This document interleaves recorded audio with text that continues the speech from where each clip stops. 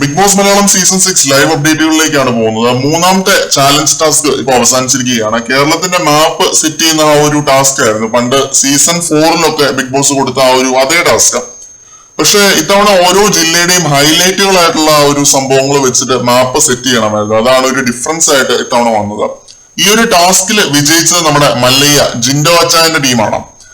ജിൻഡോയും പിന്നെ രശ്മി ബായി, നിഷാന എന്നിവരുള്ള ആ ഒരു ടണൽ ടീമാണ് ഈ ഒരു ടാസ്ക് ജയിച്ചത്.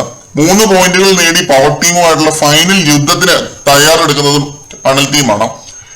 ഇനി പവർ ടീമുമായിട്ടുള്ള ടാസ്കിൽ നമ്മുടെ ടണൽ ടീം ജയിച്ചു എന്ന് വിചാരിക്കുക. ഉറപ്പായിട്ട് ഇപ്പൊ പവർ ടീമിലുള്ള ഒരാളോ 2 പേരോ ആയിരിക്കും അടുത്ത ആഴ്ച പുറത്തേക്ക് പോവുക. അതെനിക്ക് ഉറപ്പാണ്. ഞാനിത് മനസ്സിൽ ആലോചിച്ചപ്പോഴത്തേക്ക് സിജോ ഇത് പറയുന്നത് കേട്ടു അടുക്കള വെച്ചിട്ട് ഷർണിയുടെ അടുത്ത്. എന്തായാലും ജിൻഡോയും കോമണേഴ്സും കൂടി പവർ ടീമിൽ കയറിയാൽ അതൊരു പൊളി പൊളിക്കും.